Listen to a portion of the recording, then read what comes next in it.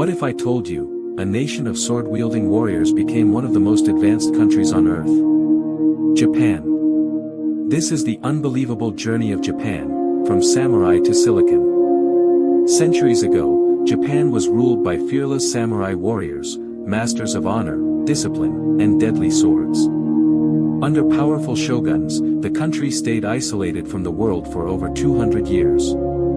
But everything changed in 1853. When foreign ships arrived, forcing Japan to open its doors. Then came the Meiji Restoration. A turning point that transformed Japan forever. Samurai laid down their swords. And Japan picked up machines, factories, and modern education. In just decades, Japan became an industrial power. But after the devastation of World War II, the nation was left in ruins. And yet, Japan didn't fall. It rebuilt. Stronger. Smarter. Faster. From creating global giants like Toyota and Sony, to leading the world in robotics, bullet trains, and cutting-edge tech.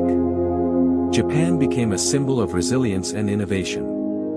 From silent swords, to roaring machines. Japan didn't just change its future. It redefined what a nation can become.